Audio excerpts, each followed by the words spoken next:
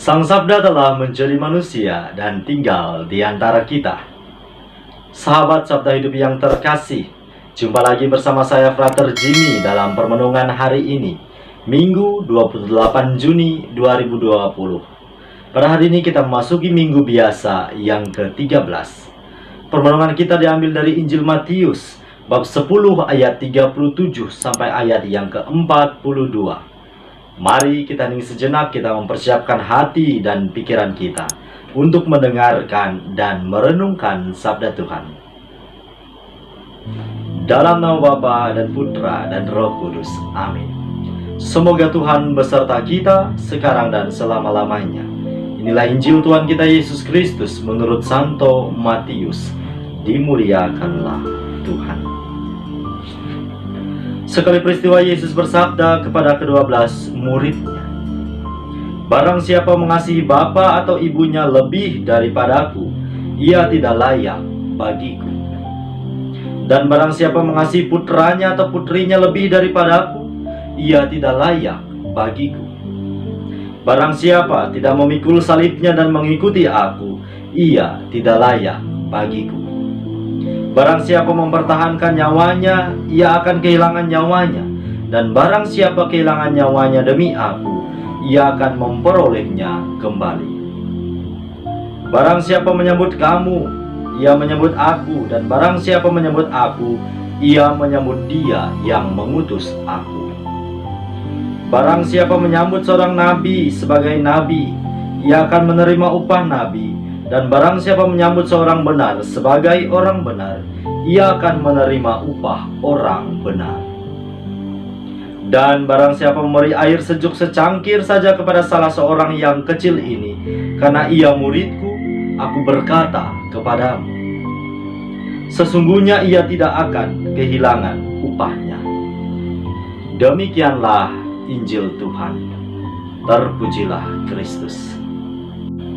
Sahabat Sabda Hidup yang terkasih, pada permenungan hari ini saya ingin mengajak kita secara khusus merefleksikan makna salib bagi kita orang-orang Kristiani.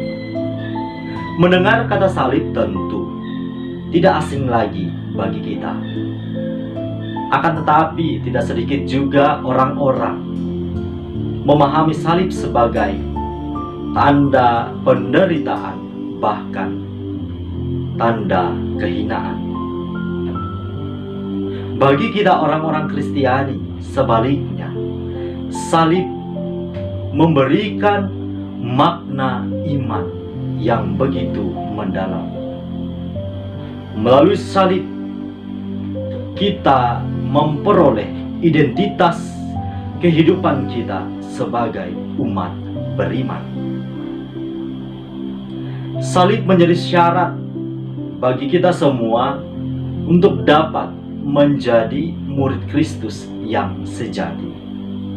Sebagaimana yang Yesus katakan dalam Injil suci yang telah kita dengar bersama, bahwa barang siapa tidak memikul salibnya dan mengikuti aku, ia tidak layak bagiku.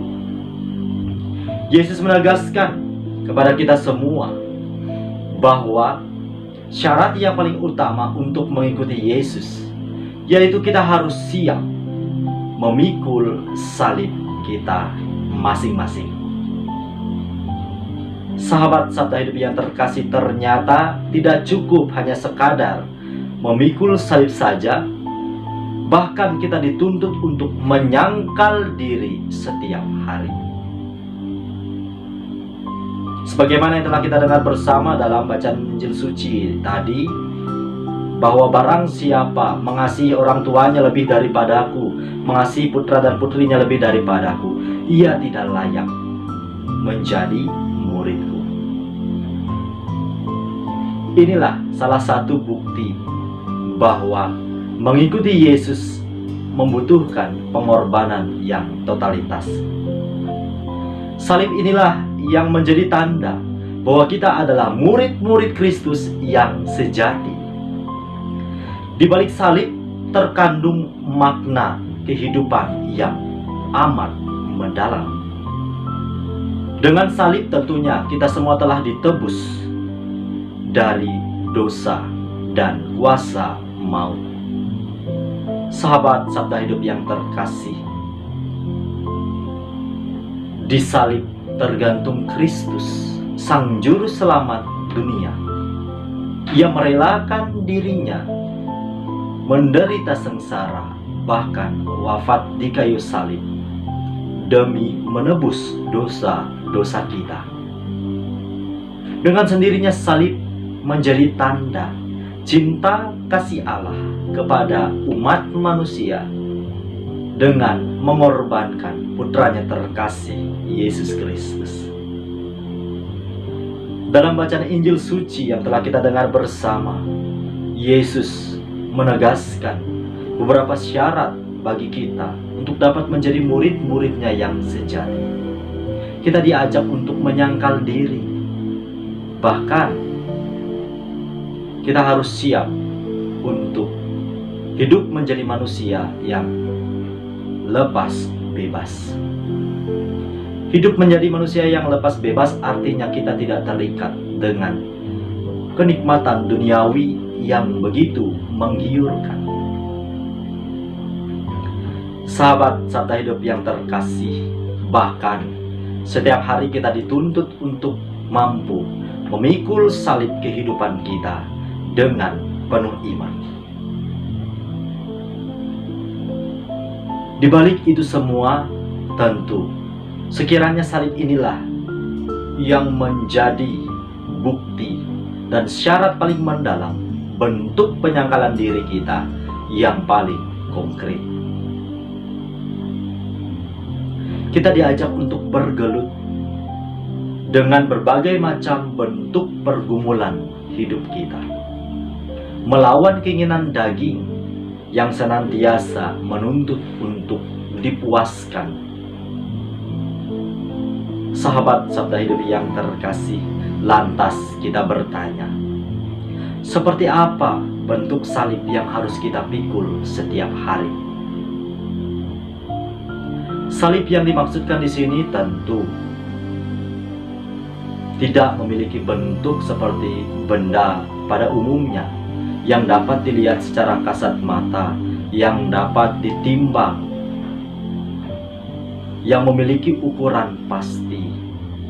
Akan tetapi kiranya pada permenungan hari ini saya ingin mengajak kita untuk merefleksikan bersama, melihat bersama seperti apa bentuk salib yang dimaksud dalam permenungan ini. Salib kita ialah seluruh peziaran hidup kita, suka, duka, sakit, penderitaan, bahkan kebahagiaan kita di dunia ini. Sahabat Sabda Hidup yang terkasih, sebagaimana Yesus yang harus jatuh bangun memikul salibnya menuju ke puncak Golgota, demikianlah kiranya kita dituntut untuk selalu setia dalam situasi dan kondisi kehidupan kita seperti apapun, memikul salib kita dari hari ke hari, baik di saat kita sehat maupun saat kita sakit, di saat kita bersuka cita maupun saat kita berduka cita. Kita diajak untuk selalu berjuang dengan penuh iman, memikul salib kehidupan kita dari waktu ke waktu. Kendati pun dalam prakteknya kita harus mengalami jatuh bangun dalam upaya memikul salib ini, kita dituntut untuk berjuang dengan totalitas. Tantangannya tentu amat besar, sebagaimana Yesus dalam perjalanan memikul salibnya menuju puncak Golgota. Tidak sedikit orang yang mengolok-olok, bahkan harus disesah oleh para algojo. Demikianlah kiranya kita harus tahan uji, memikul salib kita. Akan ada berbagai macam bentuk penolakan yang harus kita alami, baik dari orang terdekat kita maupun orang-orang di sekitar kita pada umumnya. Cemooh dan bahkan ancaman nyawa menjadi taruhan bagi kita setiap hari dalam berjuang memikul salib kehidupan kita.